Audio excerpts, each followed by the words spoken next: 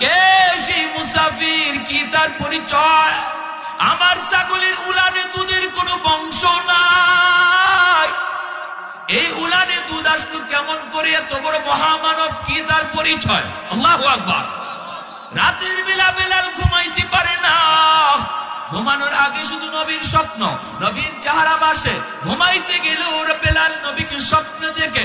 সকাল বেলা বেলাল ঠিক মতো খায় না, আমার নবীকে দেখার জন্য আবার ওই ছাগলগুলি নিয়ে অন্য কোথাও বেলাল যায় না, হাজির হয়েছে ওই জায়গায় মায়ার নবী দয়ার নবী যেই গুহার মধ্যে অবস্থান করেন, ওই গুহার পাশেই বেলাল ছাগলগুলি নিয়ে হাজির।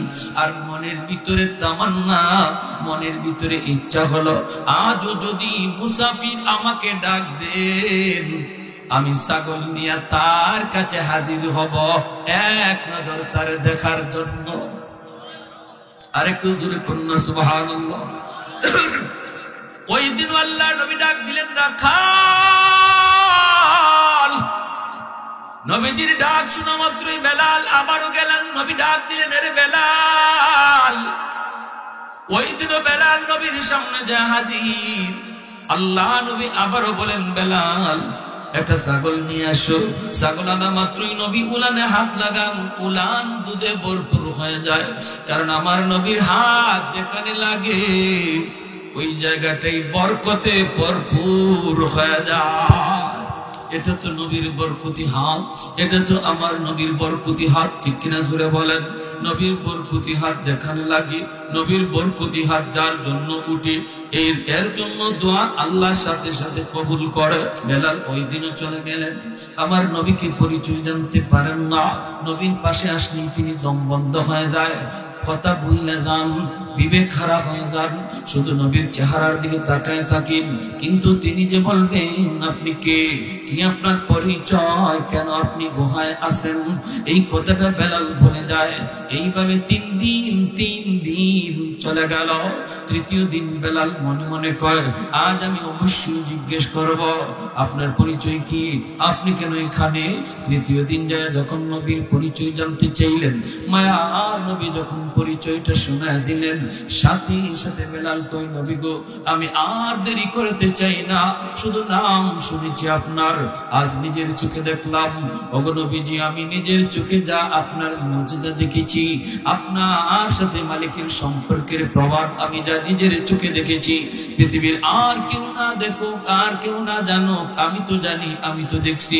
অতএব দেরি করতে চাই না গো নবী, এই মুহূর্তে কালেমা পড়ায় মুসলমান বানিয়ে দেন। আওয়াজ পৌঁছে গেল মালিকের কানে, শুরু হয়ে গেল নির্যাতন, শুরু হয়ে গেল নির্যাতন, এত নির্যাতন, এত নির্যাতন। হযরত আবু বকর সিদ্দিক রাদিয়াল্লাহু তাআলা আনহু তিনি মরুভূমির পার দিয়ে তিনি যাইতেছেন। দেখেন বেলালের দম যায় যায় অবস্থা, এত নির্যাতন, এত নির্যাতন। উমাইয়াও মারে, মক্কার উশৃঙ্খল যুবকগুলি তারাও মারে, গলার মধ্যে রশি লাগাইয়া ওই মক্কার উত্তপ্ত ভূমিতে তারা এরকম ভাবে টানাটানি করে, চামড়াগুলি খসে যায়। আবার ভাইয়েরা পাথর চাপা দিয়ে বুকের উপর রাখে, জিহ্বার মধ্যে এরকম ভাবে উমাইয়া পেরাক ঢুকাইয়া দিছে। আবু বকর সিদ্দিক কানে কানে এসে কই, বেলাল রে, এ বেলাল, জান বাঁচানোর জন্য মিথ্যা কথাও বলা যায়, এ বেলাল মেরে ফেলবে বেঈমানরা, অন্তত একবারের জন্য তুমি আল্লাহ আল্লাহ জিকির বন্ধ করো। বেলাল কই, রে ভাই আবু বকর, আমি চেষ্টা করি কিন্তু আমার জবান বন্ধ হয় না, আমি চেষ্টা করি, জবান বন্ধ হয় না। যারা আল্লাহ আল্লাহ জিকিরে অভ্যস্ত হয়ে যায়, আমলের ভিতরে যারা পাবন্দি এসে যায়, চাইলেও পারে না। এজন্যই মুহাম্মদুল্লাহ হাফিজি রাহিমাহুল্লাহ তিনি বাথরুমের ভিতরে ঢুকছেন, বাথরুম থেকে বের হয়েছেন, হঠাৎ করে খাদিম দেখে তার জিহ্বা দিয়া রক্ত বের হইতেছে, রক্ত। খাদিম কই, হযরত বাথরুমে ঢুকলেন আপনি ভালো, কিন্তু বের হইতেছেন আপনার মুখ দিয়ে রক্ত বাইরিতেছে, ঘটনা কি? উনি কই এই যে, উনি হাত দিয়ে দেখেন ঠিক রক্ত বের হইতেছে। এরপরে তিনি বলতেছেন, বাবা কারোর কাছে বলিস না, আমি তোরে কই। কি হুজুর, কি হয়েছে একটু বলেন। মুহাম্মদুল্লাহ হাফিজি রহমাতুল্লাহ আলাইহি বলেন, আমি বাথরুমের ভিতরে ঢুকলাম, তখনও দেখি আমার জিহ্বায় আল্লাহ আল্লাহ জিকির করে।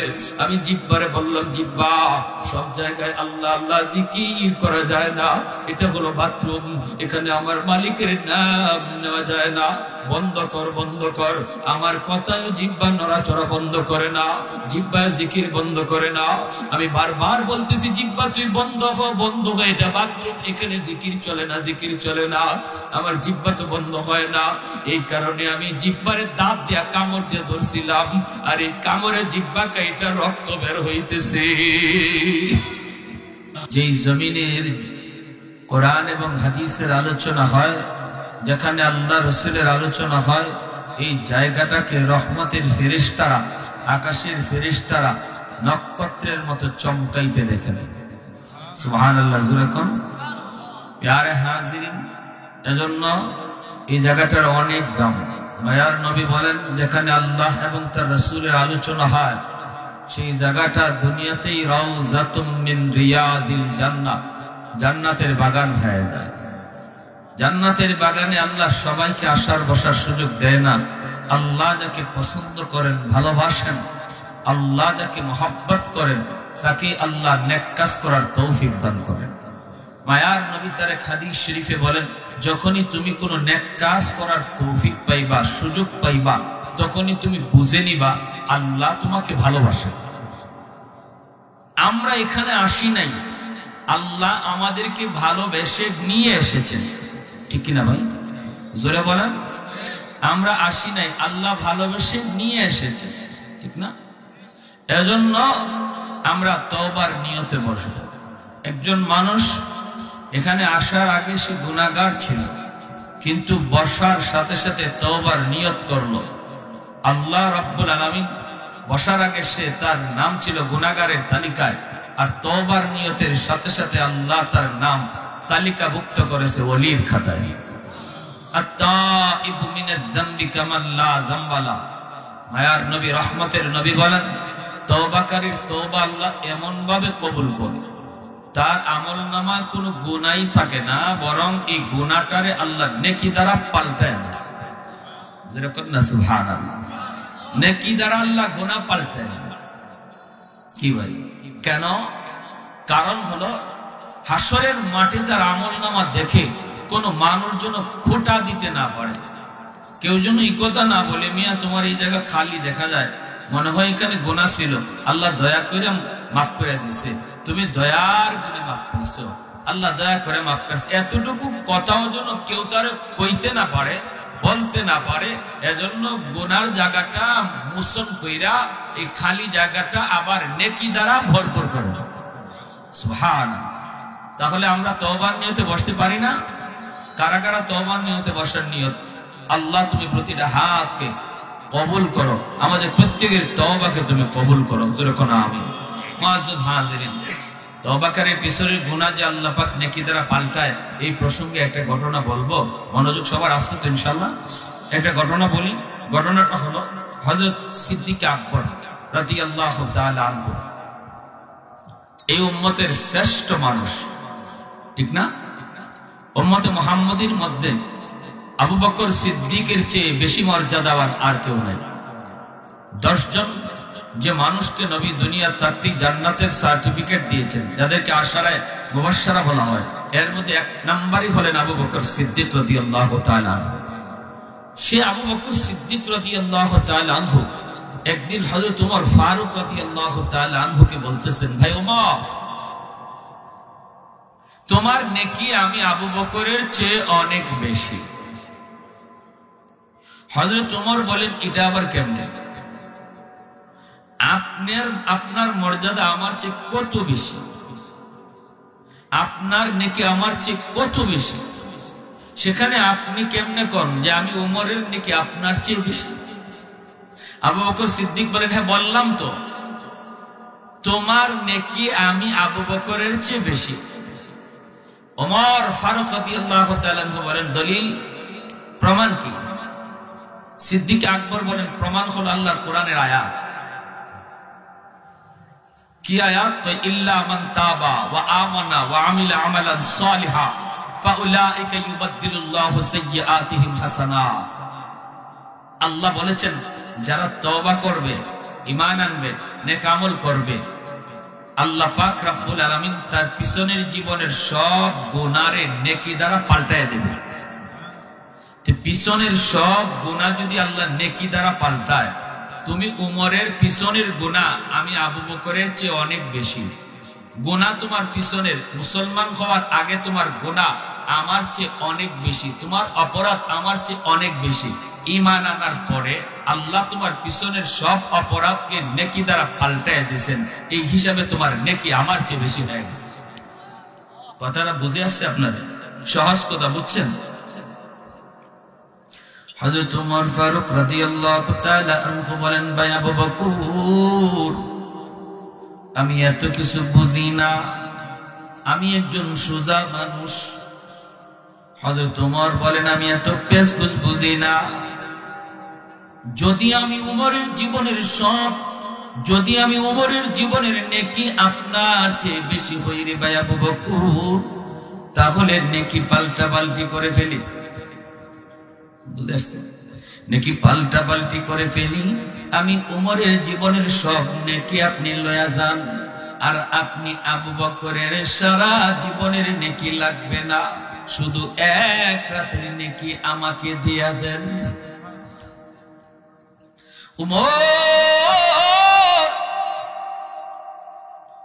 যেই মাত্রই প্রস্তাব রাখলেন, আবু বকর সিদ্দিক রাদিয়াল্লাহু তাআলা আনহু তখন বলেন, ভাই উমর, কোন রাতের কথা বলছো? কোন রাতের নেকি তুমি নিতে চাও? আর তোমার জীবনের সবগুলি নেকি আমাকে দিতে চাও? এটা কোন রাত? এমনি হযরত ওমর কই মায়ার আবু বকর সিদ্দিক, ও সিদ্দিক আকবর, সেই রাতটা হলো ওই রাত যেই রাতে আপনি আমার মায়ার নবীকে নিয়ে মক্কা থেকে মদিনায় হিজরত করেছিলেন। যেই রাতে আপনি অপেক্ষায় ছিলেন, অপেক্ষা একদিন, 2 দিন নয়, 40 দিন পর্যন্ত আপনি রাতে ঘুমান না।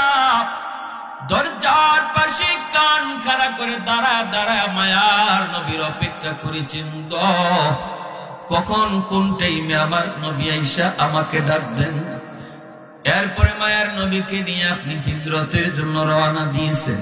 সেই গাড়ে চড়ে যা উঠলেন, কিন্তু মায়ার নবীকে আপনি পায়ে হাঁটায়া গাড়ে চড়ে তুলেন নাই। আপনি নিজের কাঁধে কইরা মায়ার নবীকে ওই পাহাড় বায়া বায়া উঠছেন। আল্লাহু আকবার। গর্তের কিনারায় যাইয়া আপনি বলেছেন, নবী গো, আপনি আগে ঢুকবেন না, আপনি গর্তের মুখের কাছে একটু দাঁড়ান। আমি আবু বকর গর্তের ভিতরে ঢুকি, আগে যায় আমি দেখি গর্তটা নিরাপদ কিনা, এই গর্তের ভিতরে বিষাক্ত কোনো প্রাণী আছে কিনা। ওগো নবীজি, আমি আবু বকরকে যদি কোনো বিষাক্ত প্রাণী ক্ষতি করে, উম্মতের এত ক্ষতি হবে না যতটা ক্ষতি হবে আপনার ক্ষতি হলে। যেরকম সুবহানাল্লাহ। ইয়া রাসূলুল্লাহ, ইয়া হাবিবাল্লাহ, নাগো নবী, আপনি গর্তের কিনারে দাঁড়ান, আমি আবু বকর গর্তের ভিতরে ঢুকি, আগে যায় দেখি আমি জায়গাটা নিরাপদ কিনা, এই জায়গায় ঢোকা যাবে কিনা, থাকা যাবে কিনা, আমি জায়গাটা বুঝে আসি। এরপরে তুমি ঢুকলা, ঢুইকা আবু বকর সবগুলি গর্ত নিজের পাগড়ির কাপড় সিরা সিরা সবগুলি গর্তের মুখ তুমি বন্ধ করে দিয়েছ। একটা মুখ তুমি বন্ধ করতে পারো নাই, কারণ তোমার কাছে অবশিষ্ট কোন কাপড় ছিল না। মায়ার নবীরে তুমি গর্তের ভিতরে নিয়ে ঢুকছো, কিন্তু মায়ার নবীরে ঘুম পাড়ায় দিছ। নিজের উরুতে আল্লাহর নবী, রহমতের নবী ঘুমান ঘুমান, অথচ ঘুমের প্রয়োজনটা তোমার বেশি ছিল। 40 দিন যাবত যে ঘুমায় না, তার তো ঘুমের প্রয়োজনটা বেশি, কিন্তু নিজে না ঘুমাইয়া মায়ার নবীরে ঘুম পাড়াইছো। সুবহানাল্লাহ। যেই গর্তটা কাপড় দিয়া বন্ধ করতে পারো নাই, ওই গর্ত নিজের পা দিয়া ঢাইকা রাখছো। বিষাক্ত সাপ তোমাকে কামড় দিল, সাপের বিষের যন্ত্রণায় তুমি অস্থির, কিন্তু একটু নড়াচড়া তুমি করো নাই, কারণ তোমার উরুতে মায়ার নবী ঘুমাইতেছেন। যদি বিষের যন্ত্রণায় তুমি একটু নড়াচড়া করো, রহমতের নবীর ঘুম ভেঙে যাবে। এতটুকুর খাতিরে হজম করেছ, দাঁতে কিরে মেরি দিয়া তুমি সাপের বিষ তুমি সহ্য করেছ। এক ফোঁটা চোখের পানি মায়ার নবীর পবিত্র গাল মোবারকে পড়ল, আমার নবীর ঘুম ভেঙে গেল। এরপরে নবী বুঝতে পাইরা পবিত্র লব লাগায়া তোমার বিষাক্ত বিষকে, সাপের বিষকে নবী পানি বানায় দিল। এ আবু বকর, এই রাতের ইবাদতটা শুধু আমি উমরকে দিয়ে দাও, বিনিময়ে আমি উমর আমার জীবনের সব নেকি তোমাকে দিয়া দিব। আরেকটু জোরে কন্যা সুবহানাল্লাহ। सिद्दीक तेरा नाम से इस्लाम रहेगा,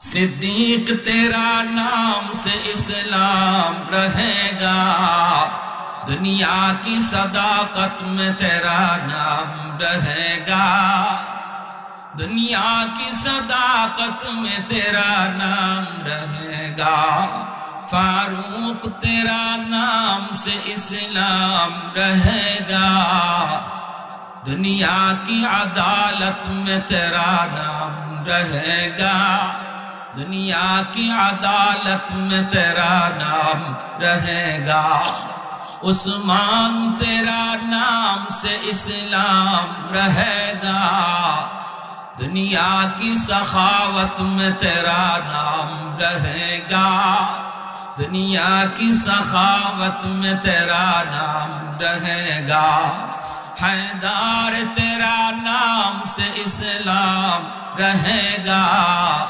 दुनिया की शजाअत में तेरा नाम रहेगा, मुआविया तेरा नाम से इस्लाम रहेगा, दुनिया की सियासत में तेरा नाम रहेगा।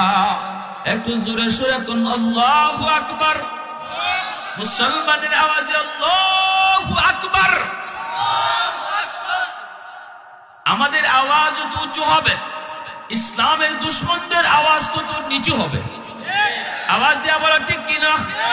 আমাদের আওয়াজ জায়গা মতো নরম, জায়গা মতো গরম। এ যুবক, জায়গা মতো তোমার গরম হওয়া লাগবে, এটা ইসলামের শিক্ষা। কখন আওয়াজ ছোট, কখন আওয়াজ বড়। আশিদ্দাউ আলাল কুফফার রুহামাউ বাইনাহুম, এটা আল্লাহর দেওয়া শিক্ষা, এটা আমার নবীর শিক্ষা, এটা সাহাবায়ে কেরামের আদর্শ, আমার নবীর আদর্শ। জায়গা মতো নরম, আবার একই মানুষ জায়গা মতো গরম।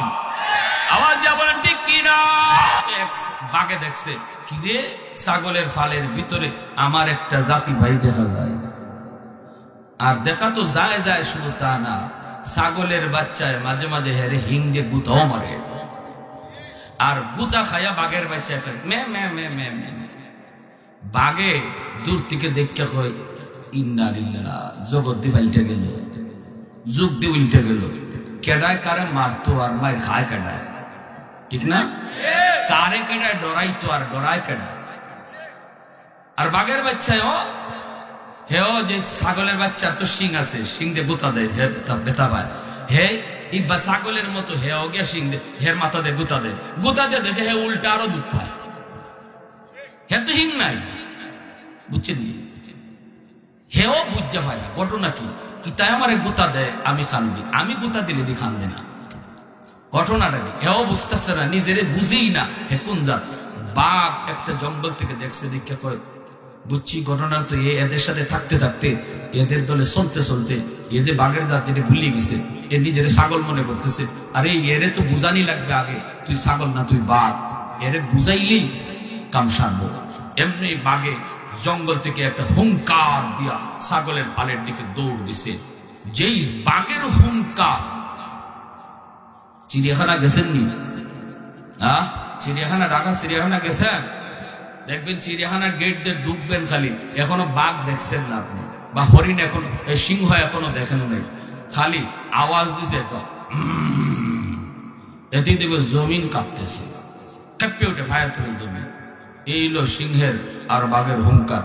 যেই মাত্র এমন একটা হুঙ্কার দিয়া বাঘে হামলা দিছে, ছাগলের বাচ্চাকে আর থাকে, সব ছাগল দৌড়তেছে, এখন বাঘের বাচ্চাও দৌড়ে। এমন এই বাঘে দৌড় দিয়ে এরা থামাতে দোষ, বেকুফের বেকুফ, তুই দৌড়তেস কে? কয় দৌড় দিব না, ইবা মানুষে ডাক মারে নি, কলজা সহ কাঁপতেছে। কয় আমার হুঙ্কারে তুই এরার কলজা কাঁপতুই, তোর কে লাগি কাঁপত? কেন? তুই এরার মতো না, তো তুই এদের মতো না, তুই এদের জাত না, তুই আমার জাতের। কথা কি? আমি তোমার জাতের বলে, হ আমি বড় ভাই, তুই ছোট ভাই। আর এগুলো হচ্ছে সব ছাগলের বাচ্চা, এগুলো আমাদের নাম শুনলে ভয় পায়। তুই তো তোরে ভুলে গেলি, তুই যে আমার জাতির, তোর বিশ্বাস না হয় না, বিশ্বাস না হয়তো আয় তোরে বিশ্বাস করাই। এমনি বাঘের ধরে নিয়ে গেছে, নিয়া গাঙ্গের ফারো নিয়া কয় গাঙ্গকে ফানি খা। আর ফানি খাওয়ার সময় দেখবে তোর চেহারাটা ফানির মধ্যে ভাসতেছে।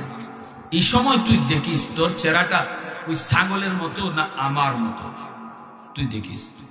হে কি ঠিকই ফানি খাইতে গেছে গাঙ্গের ফারো, ফানির মাঝে চেহারা ভাসে না, চেহারাটা ভাসতে বাঘের বাচ্চা হাই হাই হাই, আমি এতদিন কুল পাগলে হয়েছিলাম, আমারে হ্যাঁ ইতাই আমারে গুতাইছে, আর আমি খালি বেবে বেবে বেবে করছি। তে খারা এখন ওই হে গাঙ্গের ফার থেকে ফারা উঠছে, উঠতে হে মোশনটা লয়ে দিছে আর কি।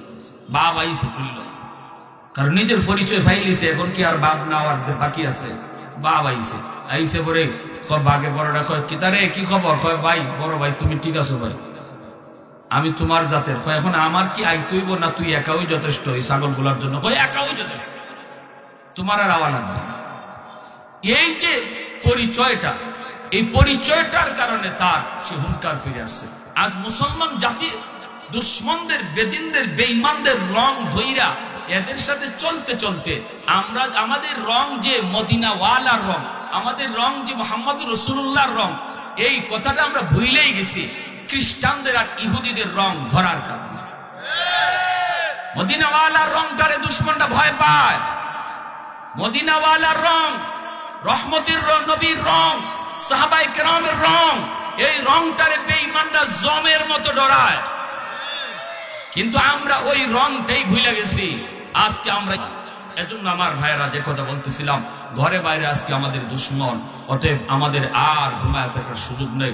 উলামায়ে কেরামের নেতৃত্বে আমরা মজবুত হব, উলামায়ে কেরামের ছত্র ছায়ায় আমরা ঈমান বাঁচানোর আন্দোলনে নেমে পড়ব। কোন দল বুঝি না, কোন মত বুঝি না, আমরা একটা বুঝি, আমরা এক আল্লাহর গোলাম, এক নবীর উম্মত। আর একটু জোরে বলেন ঠিক কি না? আমাদের পরিচয় ইসলাম, ভিন্ন কোন পরিচয় নাই। যদি ঈমান বাঁচাইতে হয়, আলাইকুম বিমুজালাসাতিল উলামা ওয়া ইসতিমাই কালামিল হুকামা ফাইন্নাল্লাহ তাআলা ইউহয়িল কলবাল মাইয়িতা বিনূরিল হিকমা কামা ইউহয়িল আরদাল মাইতাতা বিওয়াবিলিল মাতার। নবী বলেন, শেষ জামানায় যদি মহাদৌলত ঈমান বাঁচাতে চাও, আমি নবী তোমাদেরকে ভবিষ্যৎবাণী করে গেলাম, আমার উম্মতের উলামায়ে কেরামের সাথে মিলেমিশে থাকবা, উলামায়ে কেরামের পরামর্শে চলবা। উলামায়ে কেরাম যদি কখনো তোমাকে রাজপথে ডাক দেয়, তাহলে সবার আগে ময়দানে হাজির থাকবা। কারণ মনে রাখো, উলামায়ে কেরাম কোনোদিন আপনাকে রাজপথে মেম্বার হওয়ার জন্য ডাক দিবে না, নিজের চেয়ারম্যান হওয়ার জন্য ডাক দিবে না, মন্ত্রী মিনিস্টার হওয়ার জন্য ডাক দেয় না। উলামায়ে কেরাম যদি হাদিসের মসনদ রেখে ময়দানে নামে, বুঝতে হবে সেটা গোটা মুসলিম উম্মাহর স্বার্থে নেমেছে, ঈমান বাঁচাও আন্দোলনের জন্য নেমেছে, কোন ক্ষমতার জন্য নয়। আওয়াজ দিয়ে এখন ঠিক কিনা?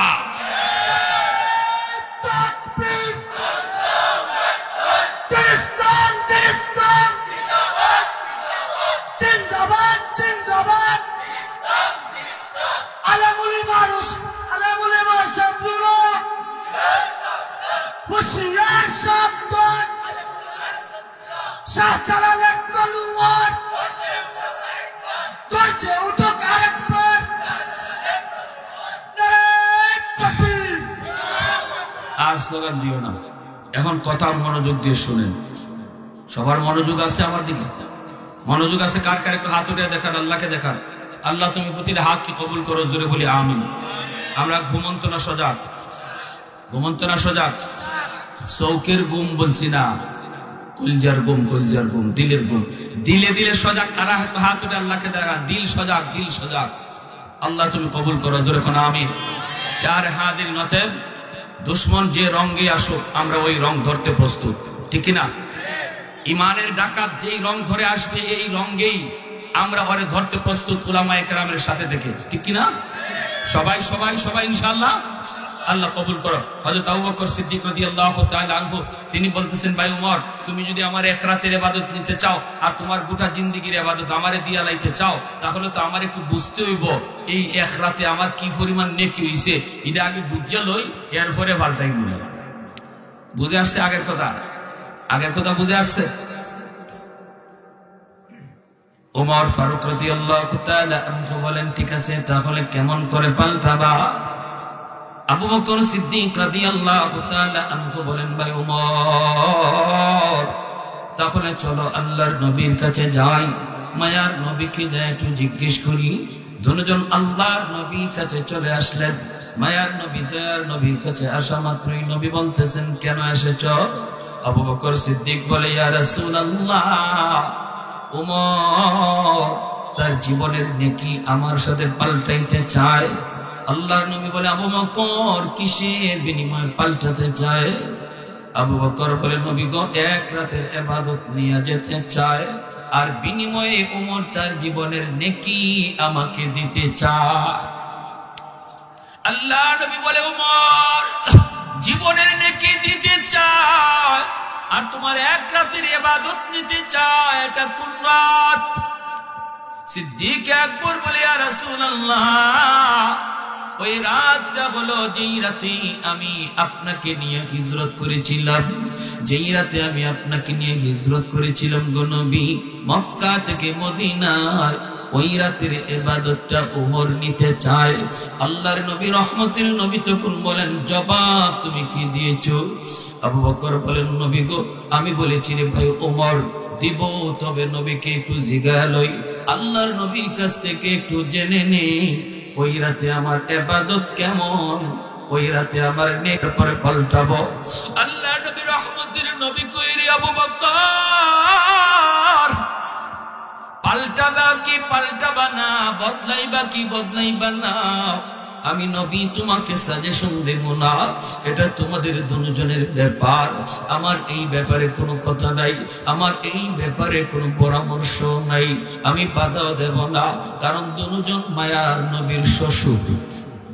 দুজন কি? দুজন আল্লাহর নবীর শ্বশুর। আবু বকর সিদ্দিক তিনিও মায়ার নবীর শ্বশুর, হযরত ওমর তিনিও মায়ার নবীর শ্বশুর। আল্লাহর নবী কয়, আবু বকর আমি পরামর্শ দিতে পারি, শুধু সিদ্ধান্ত তোমরা নিবা, আমি নেব না, আমি দেব না।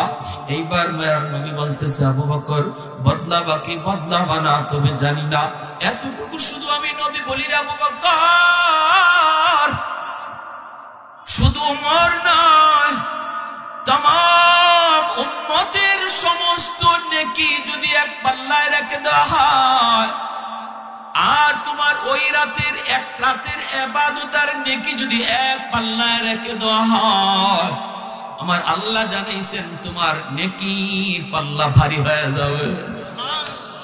আরেকটু জোরে কন্যা সুবহানাল্লাহ। তোমার এক রাতের নেকির পাল্লা ভারী হয়ে যাবে।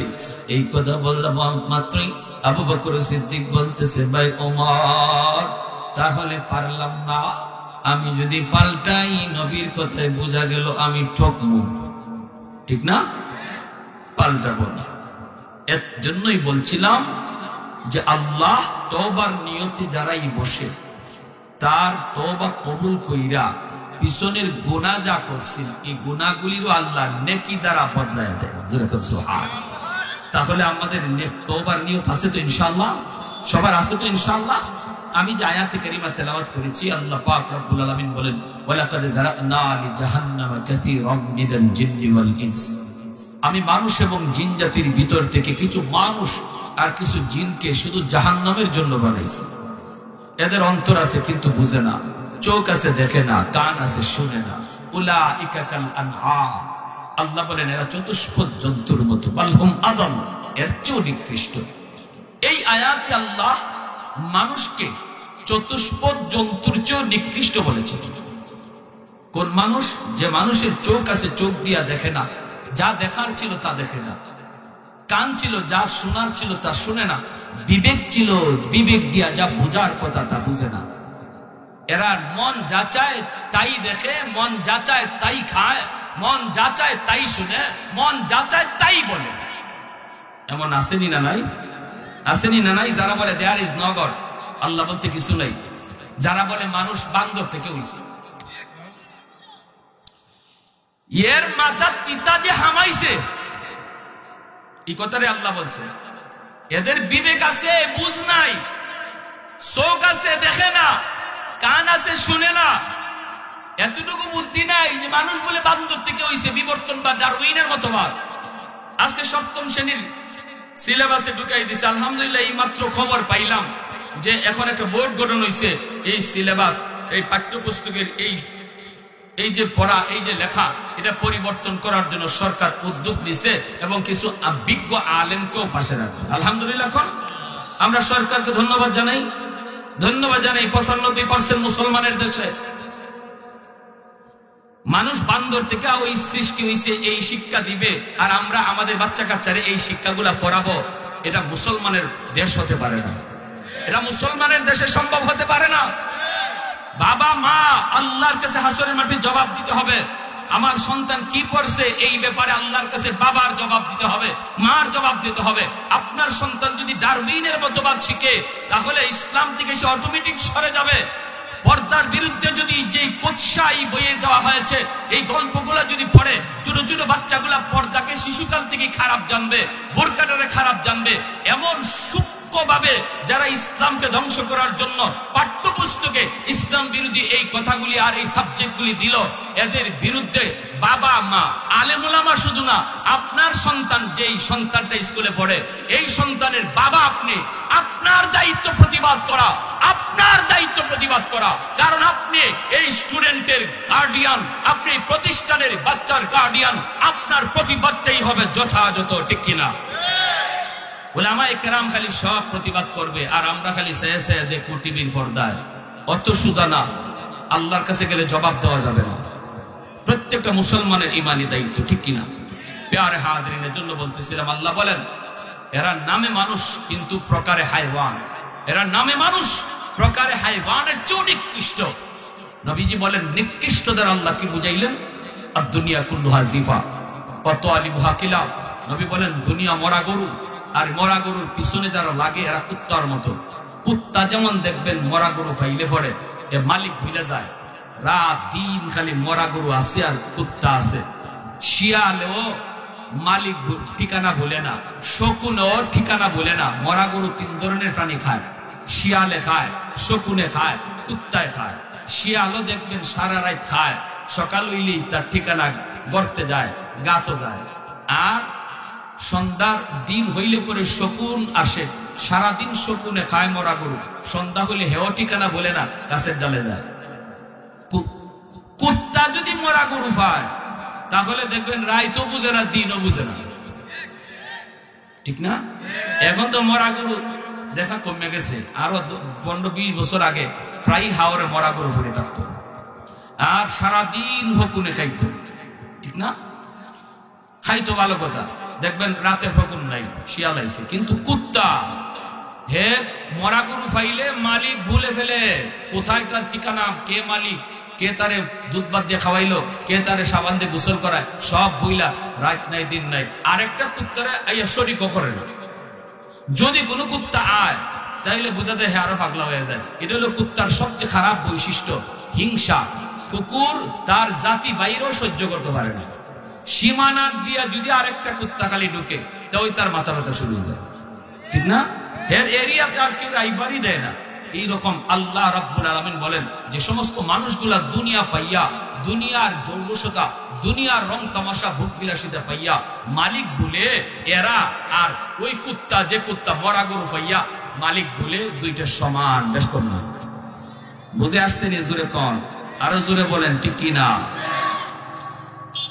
এরপর আল্লাহ পাক রব্বুল আলামিন অন্য আয়াতে বলেন ওয়ালাকাদ কাররামনা বানি আদম। অন্য আয়াতের ভিতরে আল্লাহ পাক বলেন আমি মানুষকে অনেক সম্মানী বানাইছি। আদম ফেরেশতাদের চেয়েও আল্লাহর কাছে অনেক সম্মানী, সকল সম্মানী। ফেরেশতাদের চেয়েও মানুষ হলো সম্মানী। আরেকদিকে আল্লাহ কয় মানুষ কুত্তার চেয়েও আরো নিকৃষ্ট। তাহলে বোঝা গেল মানুষের সম্মান চেহারা দেখা নয়, মানুষের সম্মান ক্ষমতা দেখা নয়, মানুষের সম্মান টাকা পয়সা দেখা নয়, মানুষের সম্মান হলো ঈমান আর নেক আমলের দ্বারা। যার মধ্যে ঈমান আছে রে যুবক, নেক আমল যার ভিতরে আছে, ওই মানুষটার দাম আল্লাহ বলে ফেরেশতার চেয়ে অনেক বেশি। আর যেই মানুষটার কাছে ঈমান নাই, আমল নাই, এই মানুষটার দাম কুকুরের চেয়েও আরো নিকৃষ্ট। এজন্যই বেলাল হাবশী রাদিয়াল্লাহু তাআলা আনহু তিনি একজন গোলাম। হাবশী গোলাম এত দামি হয়ে গেলেন কেমন করে? বেলাল এত দামি হলেন, উমাইয়ার তিনি গোলাম ছিলেন, ছাগল রাখালি করতেন বেলাল হাবশী। আল্লাহর নবী তিনি গারে হেরায়, নবীজি তখন ধ্যানে মগ্ন। আবু বকর সিদ্দিক রাদিয়াল্লাহু তাআলা আনহু নবীজির সাথে গারে হেরায়। ওই অবস্থায় বেলাল গারে হেরার পাশেই মালিকের ছাগলগুলি রাখালি করেন। ওই অবস্থায় মায়ার নবী তিনি দেখতে পেয়ে ডাক দিলেন, নবীজি বেলালকে চিনেন না? বেলাল নবীকে চিনেন না রে গোলাম। আল্লাহর নবী রহমতের নবী ডাক দিলেন, রে রাখাল। নবীজির ডাক শোনা মাত্রই বেলাল নবীর কাছে আসলেন। আল্লাহর নবী ডাক দিয়ে বলেন, রে রাখাল, আমি বড় ক্ষুধার্ত, তোমার কোন একটা ছাগলের উলানে দুধ আসেনি, আমাকে তুমি একটু খাওয়ার ব্যবস্থা করবানি? বেলাল নিজের পরিচয় না দিয়ে তিনি বলতেছে, কে গো তুমি? জানি না, কিন্তু আমার ছাগলের ভিতরে একটা ছাগলের উলানেও দুধ নাই, কোন ছাগলে বাচ্চা দেয় নাই, কোন ছাগলে উলানে দুধ নাই। কেমন করে আমি আপনাকে দুধের ছাগল দিব? আল্লাহ নবী রহমতের নবী বলেন, রাখাল, ছাগল আমার কাছে আইনা দেওয়া তোমার কাম, উলানে দুধ দেওয়া আমার আল্লাহর কাম। রাখাল, ছাগল এমন একটা ছাগল যেই ছাগলটা মরা ধরা, যার উলানে দুধের বংশ নাই, এমন একটা ছাগল তুমি নিয়ে আসো। ছাগলটা আমার কাছে আনা হলো তোমার কাম, আর এই উলানে দুধ দেওয়া আমার মাওলার কাম। এই কথা বলতেই বেলাল তিনি একটা ছাগল মায়ের নবীর কাছে আনলেন। আনা মাত্রই মায়ের নবী উলানের মধ্যে বিসমিল্লাহ বলে রহমতের হাত, বরকতের হাত মায়ের নবী লাগাইলেন। যেই মাত্র আমার নবীর বরকতি হাত উলানের মধ্যে লাগলো, সাথে সাথে উলানটা দুধে ভরপুর হয়ে গেল। আল্লাহ নবী দুধ দহন করলেন। এরপরে নবী বলেন, বেলাল তুমিও খাও। নবী বলতেছেন, রাখাল রে তুমিও খাও। আল্লাহর নবীও খাইলেন, আবু বকর সিদ্দিকও খাইলেন। এরপরে নবী ডাক দিয়ে কয়, রাখাল একটু পরিচয় দেও তো দেখি, কি তোমার নাম? কি তোমার নাম? বেলাল হাবশী কয়, আমার নাম হলো বেলাল। কোথায় তোমার বাড়ি? কই বাড়ি হলো হাবশায়। এখানে কেন? কই গোলাম। তার গোলাম, উমাইয়ার গোলাম, আমি তার ছাগলগুলি রাখালি করি। আল্লাহর নবী এইবার তার বিদায় দিলেন। বেলাল চলে গেলেন মালিকের বাড়িতে, তিনি ছাগল নিয়ে চলে গেলেন তো ঠিক, কিন্তু শুধু চোখের সামনে সর্বদা আমার মায়ার নবীর নুরানি চেহারা ভাটে। কি দেখলাম? কাকে দেখলাম? কে সে? কি তার পরিচয়? কি নাম? কে সেই মুসাফির? কি তার পরিচয়? আমার ছাগলের উলানে দুধের কোনো বংশ নাই, এই উলানে দুধ আসলো কেমন করে? এত বড় মহামানব, কি তার পরিচয়? আল্লাহু আকবার। রাতের বেলা বেলাল ঘুমাইতে পারে না। ঘুমানোর আগে শুধু নবীর স্বপ্ন, নবীর চেহারা ভাসে। ঘুমাইতে গেলে ওরা বেলাল নবীকে স্বপ্ন দেখে। সকাল বেলা বেলাল ঠিক মতো খায় না, আমার নবীকে দেখার জন্য আবার ওই ছাগলগুলি নিয়ে অন্য কোথাও বেলাল যায় না। হাজির হয়েছে ওই জায়গায় মায়ার নবী, দয়ার নবী যেই গুহার মধ্যে অবস্থান করেন, ওই গুহার পাশেই বেলাল ছাগলগুলি নিয়ে হাজির। আর মনের ভিতরে তামান্না, মনের ভিতরে ইচ্ছা হলো, আজও যদি মুসাফির আমাকে ডাক দেন, আমি ছাগল নিয়ে তার কাছে হাজির হব, এক নজর তার দেখার জন্য। আরেকটু জোরে কন্যা সুবহানাল্লাহ। ওই দিন আল্লাহ নবী ডাক দিলেন রাখাল। নবীজির ডাক শোনা মাত্রই বেলাল আবারও গেলেন, নবী ডাক দিলেন এর বেলাল। ওই দিনও বেলাল নবীর সামনে যায় হাজির। আল্লাহ নবী আবারও বলেন বেলাল একটা ছাগল নিয়ে আসো। ছাগল আনা মাত্রই নবী উলানে হাত লাগান, উলান দুধে ভরপুর হয়ে যায়। কারণ আমার নবীর হাত যেখানে লাগে ওই জায়গাটাই বরকতে ভরপুর হয়ে যায়। এটা তো নবীর বরকতি হাত, এটা তো আমার নবীর বরকতি হাত, ঠিক কিনা জোরে বলেন। নবীর বরকতি হাত যেখানে লাগে, নবীর বরকতি হাত যার জন্য উঠে এর জন্য দোয়া আল্লাহর সাথে সাথে কবুল করে। এজন্যই তো আবু হুরায়রার মার জন্য নবী দোয়া করেছিলেন। আবু হুরায়রা বলতেছে নবী গো আপনার কাছে আমি আসতে চাই, কিন্তু আমার মা আমাকে আসতে দেয় না, বারবার শুধু নিষেধ করে, না মুহাম্মদের কাছে যাওয়া যাবে না। ওগো নবীজি আপনি একটু আমার আম্মার জন্য একটু দোয়া করেন, হেদায়েতের দোয়া করেন। মায়ার নবী হাত উঠাই দিলেন, আল্লাহুম্মা হদি উম্মা আবি হুরায়রা, আল্লাহ তুমি আবু হুরায়রার মাকে হেদায়েত দাও। নবী দোয়া করেন হাত উঠাইয়া, আর আবু হুরায়রা দোয়া সাইরা বাড়ির দিকে দৌড়ায়। সাহাবীরা জিজ্ঞেস করি আবু হুরায়রা কোথায় যাও? তিনি বলতেছে আমি দেখতে চাই আমি আগে যাই আমার বাড়িতে নাকি নবীর দোয়া আগে যায়। দরজার সামনে এসে দেখেন দরজা বন্ধ। মা ভিতর থেকে মা আওয়াজ দেয়া কই বাবা আবু হুরায়রা একটু দাঁড়াও। মা গোসল করে পবিত্র হইতেছি, মা গোসল করে পবিত্র হয়ে দরজা কইলা বসকে হাসি দিয়া কই বাবা আবু হুরায়রা আমাকে মুহাম্মদুর রাসূলুল্লাহ রহমতের নবীর দরবারে নিয়ে যাও, আমি কালেমা পড়ে মুসলমান হতে চাই। আবু হুরায়রা আওয়াজ দিয়ে কই মক্কার মানুষ একটু খেয়াল করে শুনো, আমি বাড়িতে আসার আগে আমার নবীর দোয়া বাড়িতে চলে আসছে।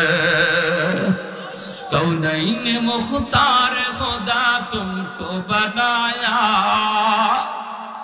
कौनैन मुख्तार खुदा तुमको बनाया, उम्मत का निगाहबान खुदा तुमको बनाया, उम्मत का निगाहबान खुदा तुमको बनाया। मौला मेरा आका मेरा रहमत की नबी है, तजदार मदीना है तो बाहे अरबी है, तजदार मदीना है तो बाहे अरबी है। अशजार में देते हैं नबूवत के शहादत, तशकीक कमर में है तो अंगुल की इशारात, तशकीक कमर में है तो अंगुल की इशारात। একটু জোরে সুরে কোন আল্লাহু আকবার। বেলাল ওই দিনও চলে গেলেন, আমার নবীকে পরিচয় জানতে পারেন না। নবীর পাশে আসলেই তিনি দম বন্ধ হয়ে যায়, কথা ভুলে যান, বিবেক খারাপ হয়ে যান, শুধু নবীর চেহারার দিকে তাকায় থাকেন। কিন্তু তিনি যে বলবেন আপনি কে, কি আপনার পরিচয়, কেন আপনি গুহায় আছেন, এই কথাটা বেলাল বলে যায়। এইভাবে তিন দিন চলে গেল। তৃতীয় দিন বেলাল মনে মনে কয় আজ আমি অবশ্যই জিজ্ঞেস করব আপনার পরিচয় কি, আপনি কেন এখানে। তৃতীয় দিন যায় যখন নবীর পরিচয় জানতে চাইলেন, মায়ার নবী যখন পরিচয়টা শোনায় দিলেন, সাথে সাথে বেলাল কই নবী গো আমি আর দেরি করতে চাই না, শুধু নাম শুনেছি আপনার, আজ নিজের চোখে দেখলাম। ওগো নবীজি আমি নিজের চোখে যা আপনার মুজিজা দেখেছি, আপনার সাথে মালিকের সম্পর্কের প্রভাব আমি যা নিজের চোখে দেখেছি, পৃথিবীর আর কেউ না দেখুক আর কেউ না জানুক, আমি তো জানি আমি তো দেখছি। অতএব দেরি করতে চাই না গো নবী, এই মুহূর্তে কালেমা পড়ায় মুসলমান বানিয়ে দেন। আওয়াজ পৌঁছে গেল মালিকের কানে, শুরু হয়ে গেল নির্যাতন, শুরু হয়ে গেল নির্যাতন, এত নির্যাতন, এত নির্যাতন। হযরত আবু বকর সিদ্দিক সিদ্দিক রাদিয়াল্লাহু তাআলা আনহু তিনি মরুভূমির পাশ দিয়ে তিনি যাইতেছেন। দেখেন বেলালের দম যায় যায় অবস্থা, এত নির্যাতন। উমাইয়াও মারে, মক্কার উশৃঙ্খল যুবকগুলি তারাও মারে, গলার মধ্যে রশি লাগাইয়া ওই মক্কার উত্তপ্ত ভূমিতে তারা এরকম ভাবে টানাটানি করে, চামড়াগুলি খসে যায়। আবার ভাইয়েরা পাথর চাপা দিয়ে বুকের উপর রাখে, জিহ্বার মধ্যে এরকম ভাবে উমাইয়া পেরাক ঢুকাইয়া দিছে। আবু বকর সিদ্দিক কানে কানে এসে কই, বেলাল রে, এ বেলাল, জান বাঁচানোর জন্য মিথ্যা কথাও বলা যায়, এ বেলাল মেরে ফেলবে বেঈমানরা, অন্তত একটা বারের জন্য তুমি আল্লাহ আল্লাহ জিকির বন্ধ করো। বেলাল কই, রে ভাই আবু বকর, আমি চেষ্টা করি কিন্তু আমার জবান বন্ধ হয় না, আমি চেষ্টা করি জবান বন্ধ হয় না। যারা আল্লাহ আল্লাহ জিকিরে অভ্যস্ত হয়ে যায়, আমলের ভিতরে যারা পাবন্দি এসে যায়, চাইলেও পারে না। এজন্যই মুহাম্মদুল্লাহ হাফিজি রাহিমাহুল্লাহ তিনি বাথরুমের ভিতরে ঢুকছেন, বাথরুম থেকে বের হয়েছেন, হঠাৎ করে খাদিম থেকে তার জিহ্বা দিয়া রক্ত বের হইতেছে, রক্ত। খাদিম কই, হযরত বাথরুমে ঢুকলেন আপনি ভালো, কিন্তু বের হইতেছেন আপনার মুখ দিয়ে রক্ত বাইরিতেছে, ঘটনা কি? উনি কই এই যে উনি হাত দিয়ে দেখেন ঠিক রক্ত বের হইতেছে। এরপরে তিনি বলতেছেন, বাবা কারোর কাছে বলিস না, আমি তোরে কই। কি হুজুর কি হয়েছে একটু বলেন। মুহাম্মদুল্লাহ হাফিজি রাহমাতুল্লাহি আলাইহি বলেন, আমি বাথরুমের ভিতরে ঢুকলাম, তখনও দেখি আমার জিহ্বায় আল্লাহ আল্লাহ জিকির করে। আমি জিহ্বারে বললাম, জিহ্বা, সব জায়গায় আল্লাহ আল্লাহ জিকির করা যায় না, এটা হলো বাথরুম, এখানে আমার মালিকের নাম নেওয়া যায় না, বন্ধ কর। আমার কথায় জিহ্বা নড়াচড়া বন্ধ করে না, জিহ্বা জিকির বন্ধ করে না। আমি বারবার বলতেছি, জিহ্বা তুই বন্ধ হয়ে যা, বাথরুম, এখানে জিকির চলে না। আমার জিহ্বা তো বন্ধ হয় না, এই কারণে আমি জিহ্বারে দাঁত দিয়া কামড় দিয়ে ধরছিলাম, আর এই কামড়ে জিহ্বা কাইটা রক্ত বের হইতেছে। এজন্য আমার বেলাল হাবশী রাদিয়াল্লাহু তাআলা আনহু এত নির্যাতন সইতেছে। আবু বকর চোখের পানিটা মুইছে আমার মায়ার নবীর কাছে চলে গেলেন, যা বলতেছেন, নবী গো, বেলালকে উমাইয়ার কাছ থেকে কিনে আনা দরকার, নতুবা বেলালকে উমাইয়া হত্যা করে ফেলবে, মেরে ফেলবে। আল্লাহর নবী কই, তাহলে কিনো। আবু বকর কই, নবী গো, আমি বেলালকে কিনে নিয়ে আসি।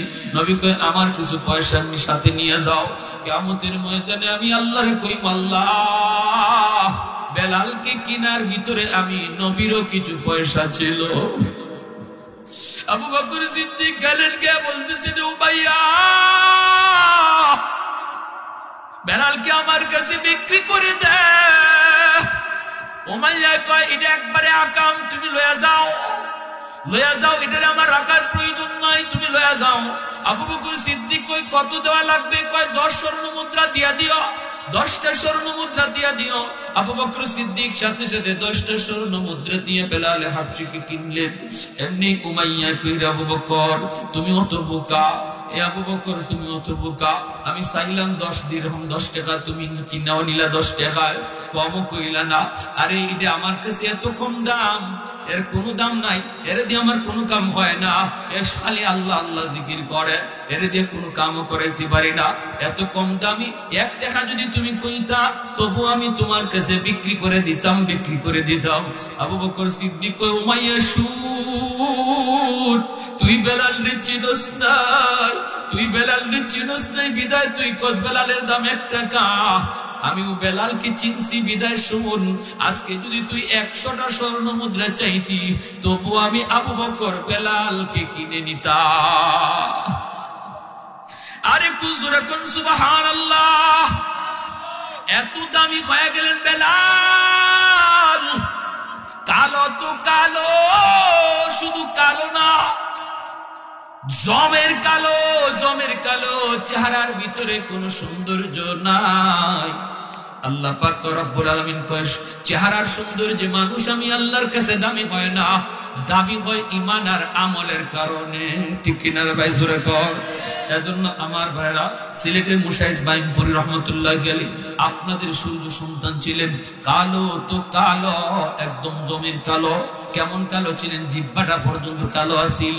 আল্লাহর বলি, অথচ ইন্তেকালের পর আল্লাহর ওলির কবরের মাটি থেকে জান্নাতি ঘ্রাণ বের হইছে। মানুষজন মাটি নেওয়ার জন্য পাগল হয়েছে, পাগল। মাটি যে যেখানে লয়া যায় ওই ঘরটাই জান্নাতি সুঘ্রাণে মোহিত হয়ে যায়। প্রশাসনের দ্বারা এই এলাকা ব্যারিকেড দিয়া মানুষকে আটকানো হয়। কালো ছিলেন, জমের কালো, এত দামি, এত দামি, এত দামি।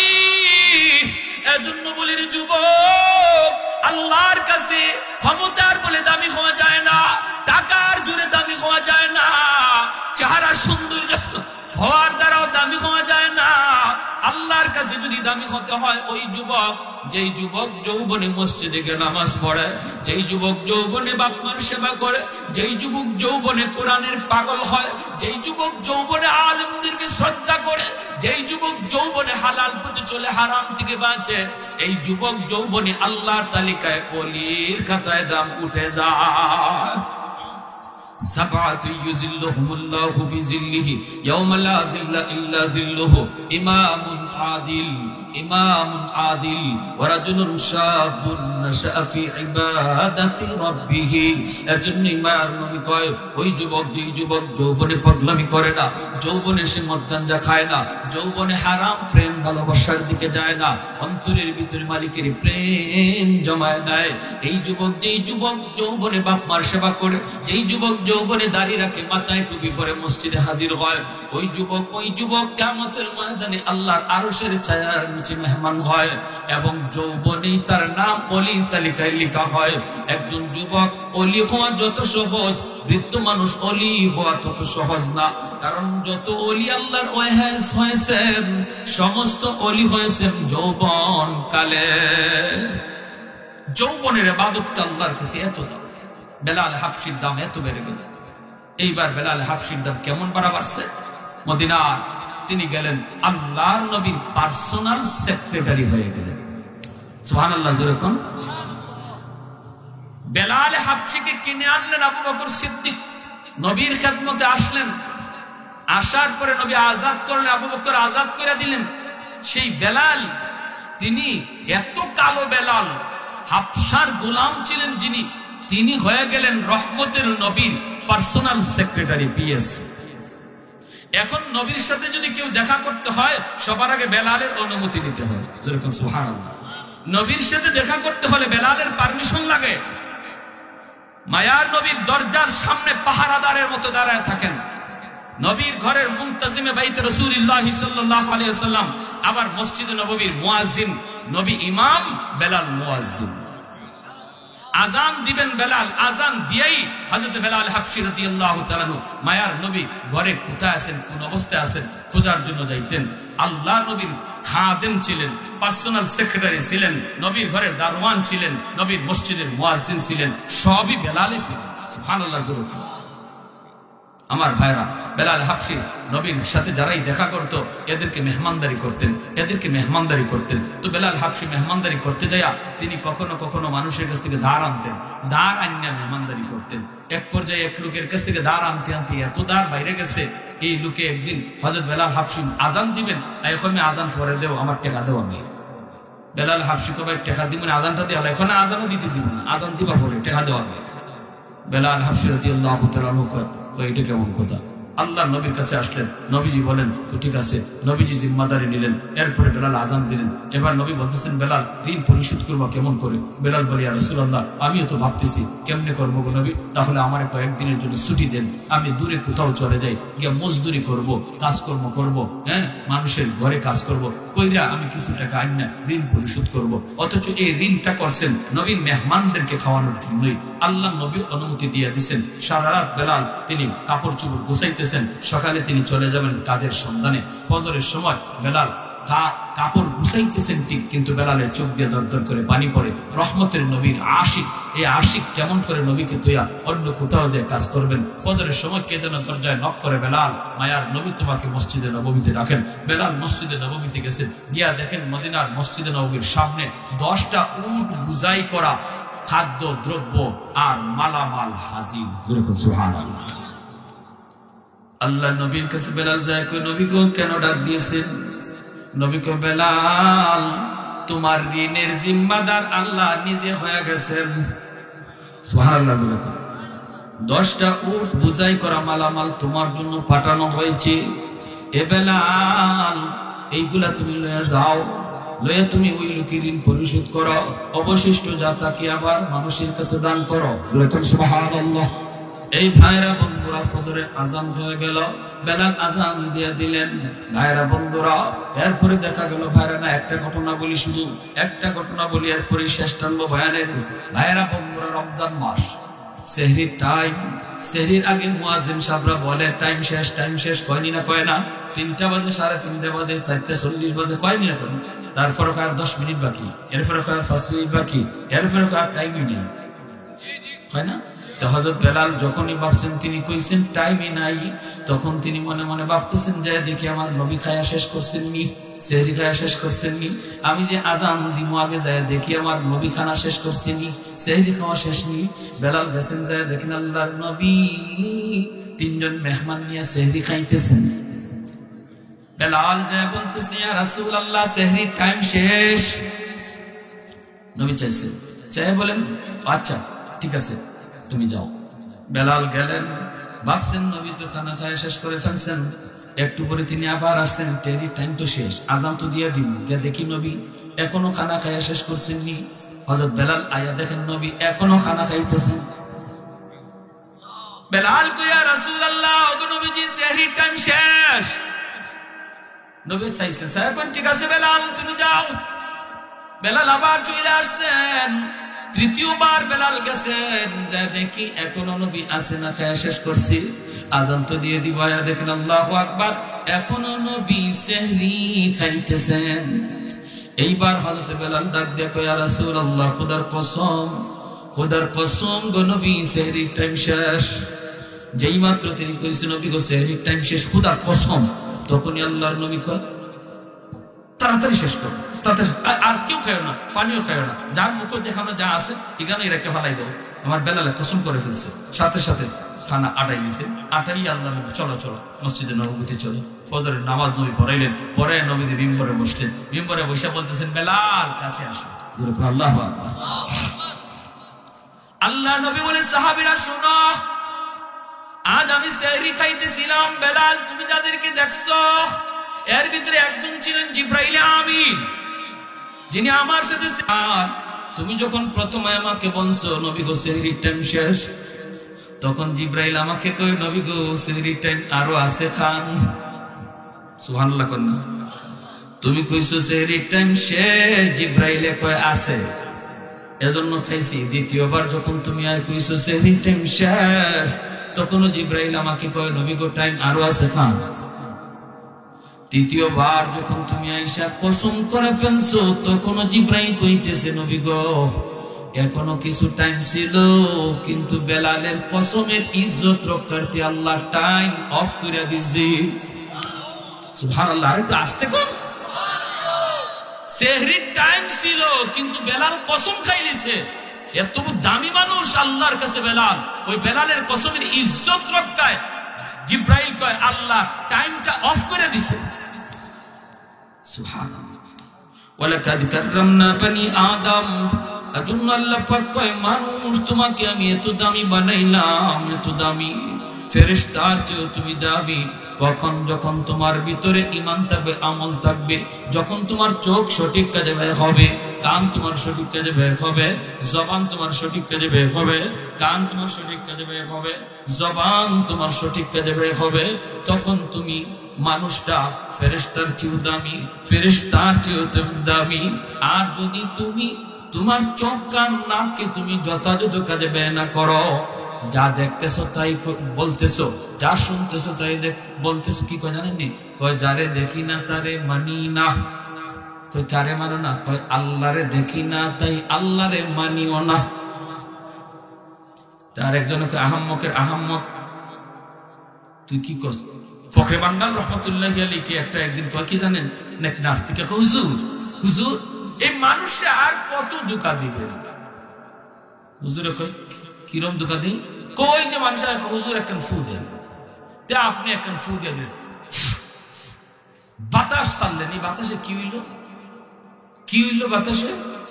বাতাসে কি তৈরি? এরকম মানুষে আর কত ধোঁকা দিবেন আপনারা? বললাম ফখরে বাঙ্গাল রহমতুল্লাহ আলাইহি বলতেছে বাতাসে যে কিছু হয় এটা তুমি বুঝো না। কই বাতাসে কি হইতো? এই যে আমি আপনার বাতাস দিলাম, কি হইছে? দেখছেন কেমন নাটার নাটা। তো ফখরে বাঙ্গাল রহমতুল্লাহ আলাইহি কয় তুমি যখন বুঝো না বাতাসে কি তা হইতে তোমারে বুঝাই, বুঝা তুমি বুঝবা কেমনে? তোমার তো বাপেরই ঠিক নাই, তোমার জন্মেরই ঠিক নেই, তুমি বুঝবা কেমনে? এসব তো বেশি বেড়ে গেছে। এখন হাত সব গুছাই লিতেছে, হুজুরে ধরে ফেলবে, এলাকার মানুষের হাতে চেহারা লাল হয়ে গেছে, বডি ফুলে গেছে। এমনি মানুষ কি হয়েছে, কি হয়েছে হুজুরে জিগাও, অত বড় কথা আমারে কইছে। হুজুর আপনি কি কইছেন? হুজুর এখন না বেশি কিছু কইছি না, কইছি আর বাপের ঠিক নাই, জন্মে বেজা। পাবলিকে হুজুর একটু বেশি হয়ে গেছে। কি হয়ে গেছে? বেশি হয়ে গেছে। হুজুর এখন বেশি হয়েছে না, আমি তার জবাব দিছি বাতাসে বলি কোনটা হয় না, কোনটা যে হয় এটা বুঝাইলাম। কেমনে? কয় হে রে হ্যাঁ, কয় আমরা যে ফু দিই কোরআন শরীফ পইরা এই ফুর মজা বলে কোনটা নাই, এটা বলে একটা ধোঁকা বাজে। আপনারাও কি তা মনে করুন না কথা? হ্যাঁ, গরপুরি রহমতুল্লাহি আলাইহি ফু দিতা ফুকরিত। শনি মঙ্গলবারে হাজার হাজার মানুষ আইসে বদলা লইয়া, বালতি লইয়া, মগ লইয়া, হগলটা হুজুরে ফু দিবেন কেমন কইরা?